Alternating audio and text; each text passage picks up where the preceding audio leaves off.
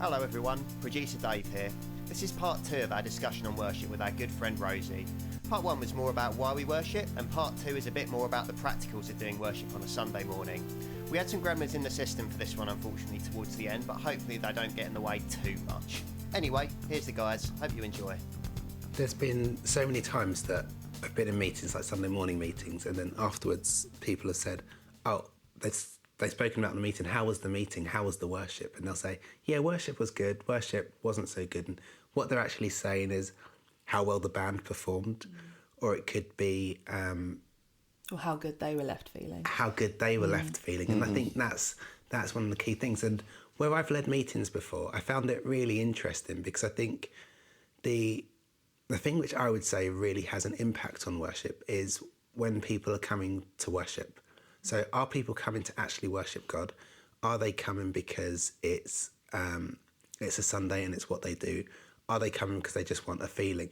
And I find that the attitude that we take to those things has a different impact on how the worship is, and ultimately, I suppose, if God is worshipped. And I just find it amazing where you can go to a midweek worship event or something like that, and you're just there from the beginning. You just experience God straight from the start, whereas it could be a more regularly scheduled meeting that you go to, and it feels a lot harder. And I think that's because people aren't necessarily there. It's just there to worship. They're there. It's because what they do, or maybe they even have an obligation of some sort. One of the things that this kind of makes me think about is why. So in all of that, coming to sacrifice, coming to be abandoned, coming to honour Him, none of that really is to do with singing. No. Like, so it's this kind of thing that we do together. I think it's right. I think it's what we should be doing. But it just seems like such almost a strange thing to do, to turn up to a room, someone introduce some stuff, and then you just, put some words on a screen and you all sing together. But I suppose that's the point. You're singing together. That's part of the thing. So kind of exploring why is it that we sing together, I think is an interesting one as well, because obviously, as I say, it was one facet of the worship side of things. And one of the things that really strikes me when you look in the Bible at the singing element, there's quite a few elements to that. So in Isaiah 6:2-4, and in Revelation 4:8, I was 4 verse 8. Sorry, the thing that talks about is actually when we're on earth singing, we're joining in with the angels. We're joining in with heaven singing. So it says, and they were calling to one another, "Holy, holy, holy is the Lord Almighty. The whole earth is full of His glory." And at the sound of their voices, the doorposts and thresholds shook, and the temple was filled with smoke. And then in Revelation, day and night never stop saying, "Holy, holy, holy is the Lord God Almighty, who was and is to come." This idea of kind of almost singing to each other and declaring the truth of how magnificent and powerful God is. And it seems to be something and a tool that God's equipped us with as humankind to be able to do that. I was listening to some worship music in the car today, and I think there was a conversation that we had, Mike, about a year and a half ago, where there are some songs which, when they're sung, everyone just gets into them. Everyone's able to really lay themselves down. And I find that it's the songs which aren't about us, but it's more the songs about Him. And I think it's the way that some songs are lyrically written. I think there are different songs for different seasons. Yeah. But some songs, I think, when we focus on Him, and I don't know how they do it, but if they're written in such a way that they focus on Him, it can bring us to that place of real abandonment. And I think that's where you really see that Holy Spirit encounter, because actually our focus is on Him. And I find some lyrics can really bring you to that place. It's a bit like what song you were saying about the stand, weren't you, Rosie? Yeah. That's quite difficult for you to sing. Yeah, and I think that's another point. I think you look back at the old hymns, and I'm a sucker for an old hymn because I just think you look at them and they just are speaking truth. They're not complicated. Most of them are based on Psalms or on Bible verses, and so they are fully in the Word. And they are relatable, so people from all generations know them. And I think that is such a powerful thing as well, when you can kind of sing out in a hymn and people pick it up, you know, and people will sing out, and there is something corporately that together that we join together, and that notion of singing with the angels, that, I mean, it's that promised, isn't it, that when one or two of us are gathered, that he is there. And I think that is the power of being together. But I think the other thing for me is that there are songs for a season, and I think we have to also remember that some songs are written for certain churches in a season, and so when you take it out of a context and you sing it, some people are like, what on earth are we singing about? I mean, deep cries out, like that is and I think and that is one. But I mean, I think we have to kind of get over the whole, actually we don't have to use a song in its entirety. And I think I've learnt that kind of over the years, that actually maybe there are refrains and there's certain verses or choruses that are really powerful. And I think so often I'm guilty of writing off a song because either it's by a particular band or it's particularly they're kind of known for writing kind of me songs and all about how me and how much I love Jesus, and but actually that you could miss kind of a really powerful refrain, and so yeah, I mean, you look at the verses of The Stand, and we tend to just sing the refrain because there's something in that. But I think, yeah, it's just it's also seeing that, okay, for a season that was written for a church at that time, and what's in it for us, is there something that we can use in that? And I think it's just being a little bit more flexible about how we use songs and how we kind of screen them as well, because I suppose we could be here for days if you talk about, well, I don't like that key, or I don't like that word. And I was particularly challenged when I was listening to a podcast about and it was talking about the Reckless Love song, and about how that was a little bit of a it kind of caused a little bit of a something in the church about the use of the reckless word. But then I listened to the rest of the song and I'm like, wow, like if you get caught up in the word reckless and you miss out the rest of the truth in that song, that he would leave the 99 and chase the one because he loves us so much. And I think it's, yeah, for me that was a challenge about how I interpret those things, how I listen to those things, and ultimately it's about just being led by God, really, and led by what God's saying to you. And that will look sometimes differerently for different churches and different congregations, and also being sensitive to the people in your church. And, you know, churches are diverse, and it's making it as accessible as possible, I think, is the other thing that is so important, or something that I'm very aware of, being someone who leads worship. Because we were all in the same church at one point, and like the worship band was absolutely amazing, really gifted individuals. And then I remember visiting other churches, and they didn't have the same provision. They didn't have the same kind of numbers. They didn't have people with the same kind of talent.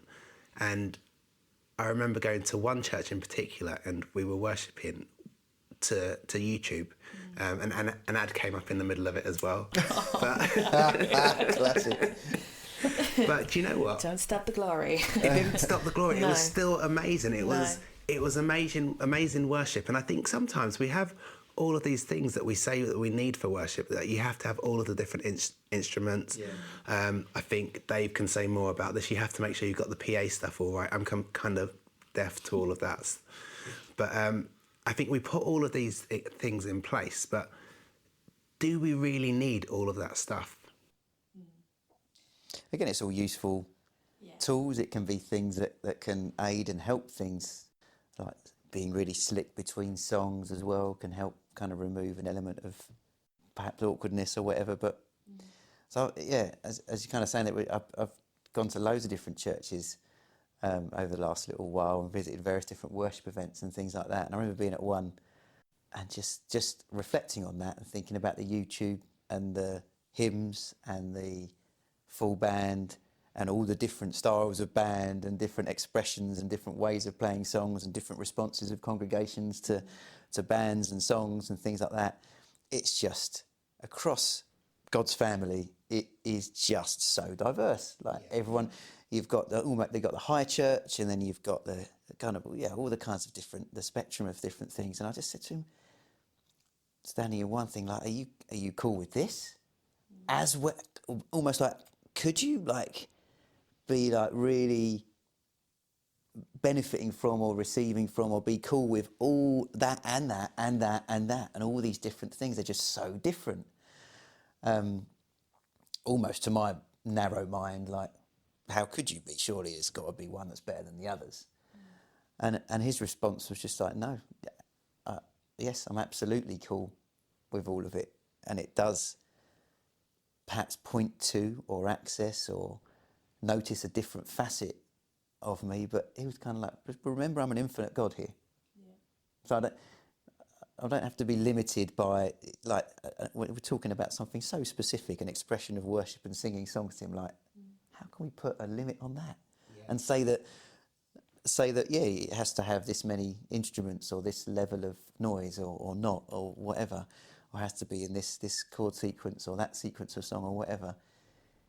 Of course it doesn't. It's God, and all we need to do is worship him. So we just abandon to him, and it seems to be in the Bible, it says about singing. Okay, so we do that. That's it. There's nothing else specified. So, and I think it goes back to the harp position, doesn't it? I mean, I've been in a room where, I've been at a festival almost, where you've had thousands of people gathered in an amazing band with amazing sound and flashy lights, and I was still a little bit like, oh, you know, and you think you're gonna be in for a good show, but it's not. And then I've been in somebody's living room and been bowled over by the presence of God, and so I think it's not putting God in a box. I think it's right to be using the giftings and the resources that you have as your church. I think that is right, but it doesn't mean that one is any less holier or more holier than the other, because you could have a really polished band but they've all got stinking attitudes and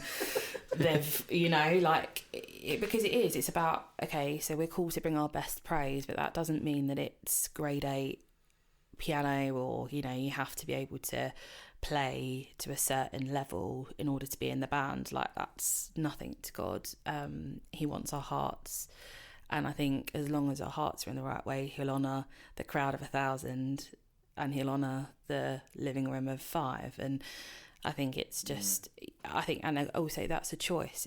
And in that moment I was challenged. It's like, okay, well, but are you going to enter in? Are you going to choose to allow this to be a stumbling block, or are you going to choose to push in and to worship anyway? And I think that's where I want my heart to be, irrespective of where I am, or things that I would, noise, I suppose you could call it, that could kind of put me off, or to allow me to cause me to disengage, or to leave a Sunday morning and be like, oh, you know what, it didn't really hit the mark this morning. But is that because I hadn't aligned myself to think, actually, I'm here to worship? And funny how you mentioned earlier about kind of the band ministering and stuff, but I've been at times where I've then left a Sunday having led and thought, oh, that was really rubbish, and we could have done so much more there, and people have come up to me and said that was amazing. And you know, when you're just like, wow, okay, well, I got caught up in the transition of something or in the whatever, whereas somebody clearly caught something because God showed up. And I think, how often are we do we confine him to a box, or measure him to an experience that we've had previously or something that we've heard? Yeah, absolutely. And even if we don't get any of that feedback, and even if it still feels like it was a bit rubbish, if he was lifted up, then we've worshipped, haven't we?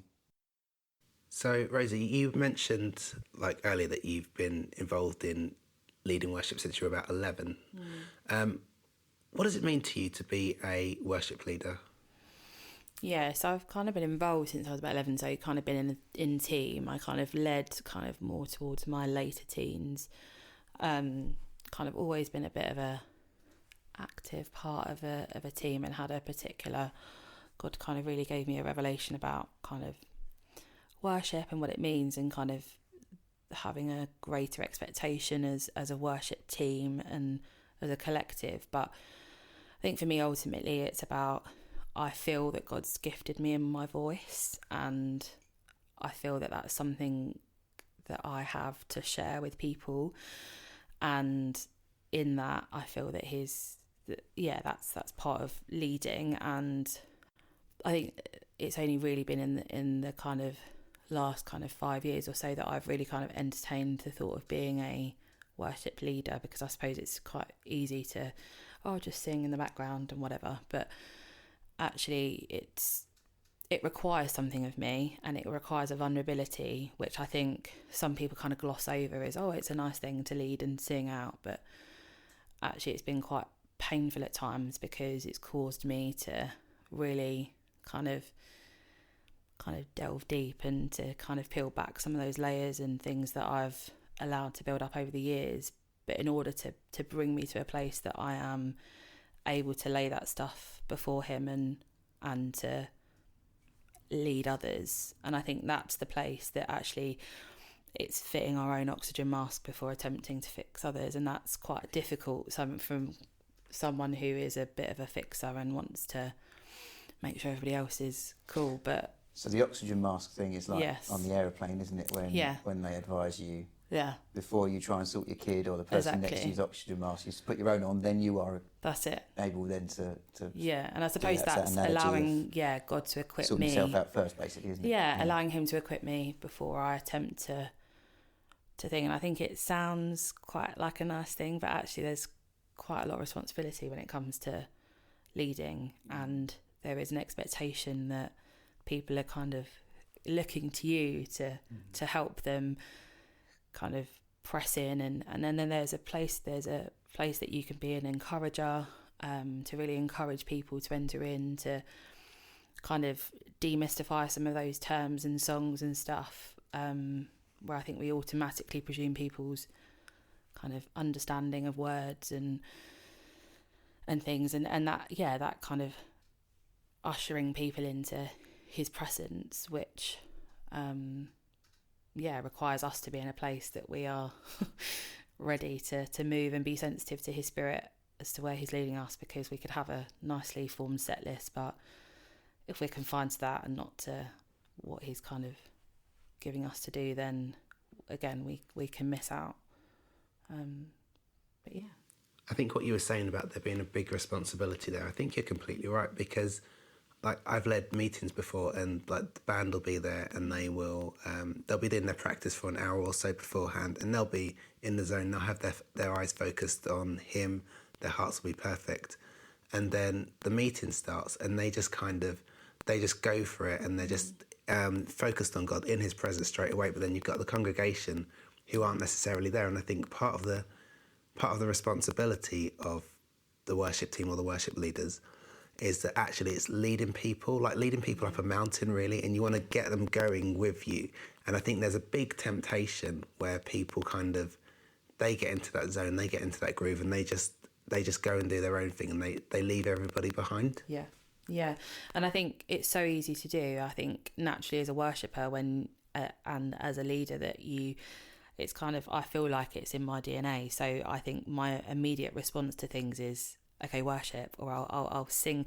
And often, like when people are asking for prayer and stuff, I've sometimes sang songs down voice notes, because I feel that that's something that God's giving me to do, and that is my natural response. And so I'm already in that place. But I think that's what we're talking about, being sensitive to the Spirit and being sensitive to your congregation. And actually people, whether we've kind of rocked up and laid it at his feet, other people are still coming in with their heavy backpacks on and thinking about what they're doing in the afternoon, or some people are really struggling, or some people are really ready to go and ready to enter in. And I think it's about striking that balance, being sensitive. And I think a real practical thing for me was to not, naturally I'd sometimes close my eyes, but actually opening my eyes. And I think they say the same thing about when you're praying for someone. It's really important to open your eyes and just to be aware of how they're responding and being sensitive to that.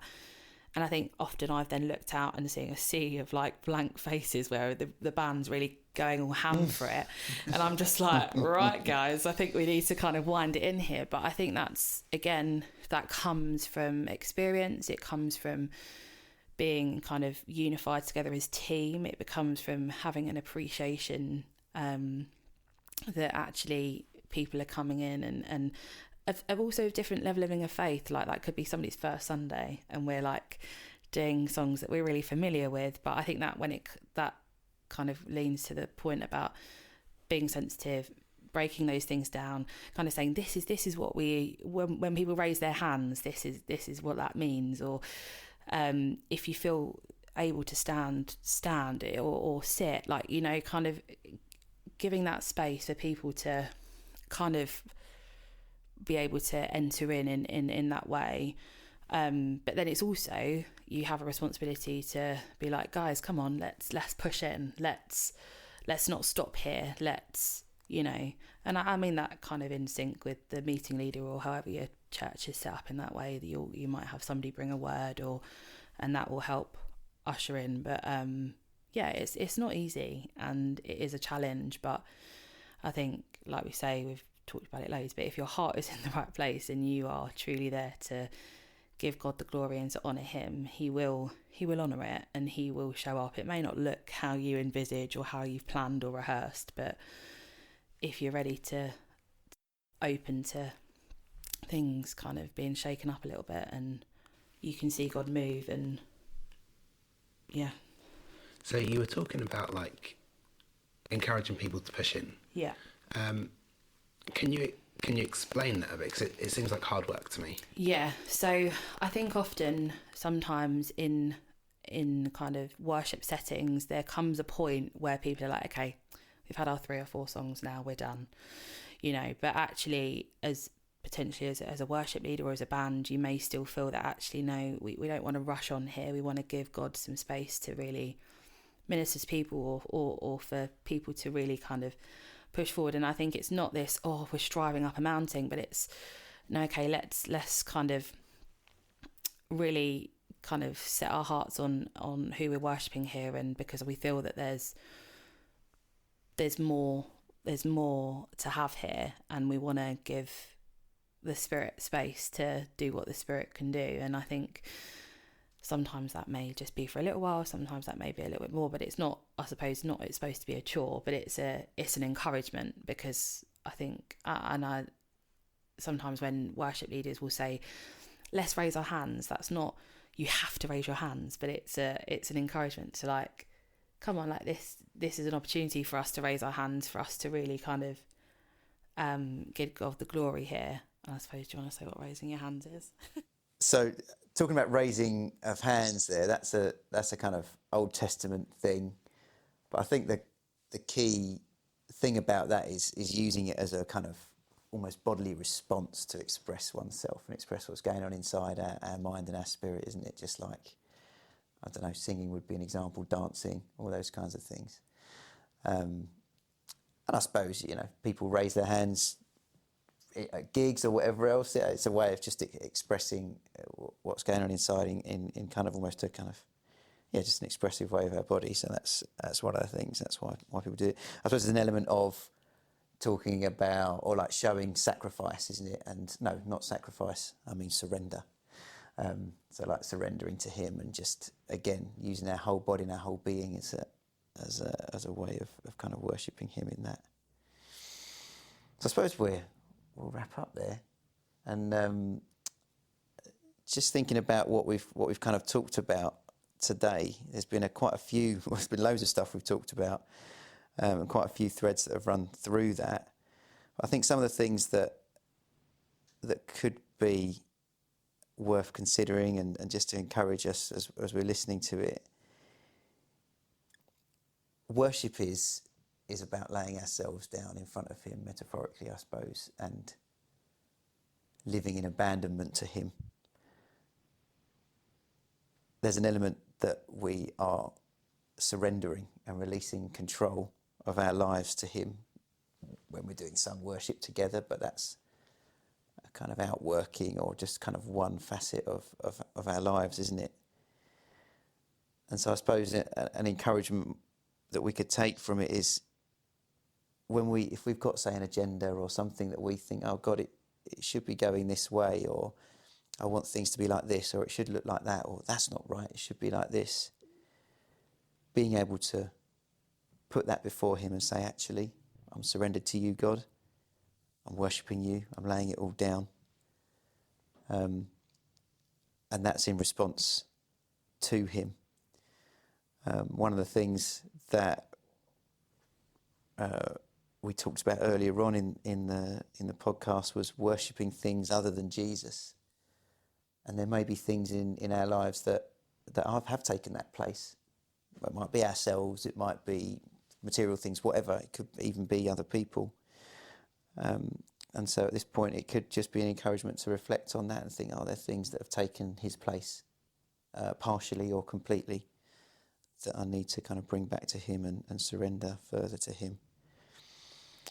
Something else you kind of mentioned off the cuff, Rosie, which I just think was just actually quite critical, was the idea that he'd paid the ultimate price for us. That's the kind of fundamentals of it, really, isn't it? Like the actual basis here, like we worship him for who he is, which is this amazing creator of the universe. But he paid the ultimate price so we could relate with him and we could be with him with no holds barred, absolutely no restrictions to access our creator God, our loving Father. And the fact that Jesus died for us and rose again meant that could happen. So I suppose there's a few things for us to mull over from this one. Does anyone want to kind of pray that over people at the end? Oh, thanks. Yeah, Lord, I thank you that we have the freedom to come and to worship you and to come before you with our brothers and sisters and to lay those things at your feet. And Lord, I just pray for those listening, and Lord, as we kind of go on from here, Lord, that you would really search us, and Lord, that we would be open to you kind of giving us those nudges where perhaps we've allowed things to become idols in our lives, or allowed things to kind of take precedent over what you've called us to do, and ultimately you, Lord. And I just pray that, Lord, as we kind of are part of our churches and as we go back to church this coming week, Lord, that we would kind of go into those times of meeting with you expecting that you will presence yourself and that you will meet us where we're at, Lord. That I thank you that you are a good and loving Father and that you are faithful in that. I just pray that we would be an expectant people, that we would expect to as we gather, that we would see you and meet with you in a real way. And so I just really encourage people in that, Lord, in your name. Yeah. Thank you, Rosie. Pleasure. Yeah, thanks for joining us today. It's been fun. It has. Yeah. So I suppose if anything's kind of stuck out to you or that you've been thinking about from the podcast, anything that's been mentioned that you kind of, I don't know, you want to discuss further, do reach out. You can email us. Instagram. Go on Instagram. Yeah. Get in touch. If anything's been particularly encouraging or whatever. Yeah, it'd be lovely to hear from you. Great. That's it for now, but we'll be back and we'll be discussing some other kind of point, whatever God's saying to us. Next time. See you later. Thanks for listening. As ever, we'd love to hear your thoughts on the chat today. Please get in touch with us on our site at www.richardandmike.com, that's with an AND in the middle, by email at info@richardandmike.com, and on Instagram with @richardandmike. Thanks again. See you next time.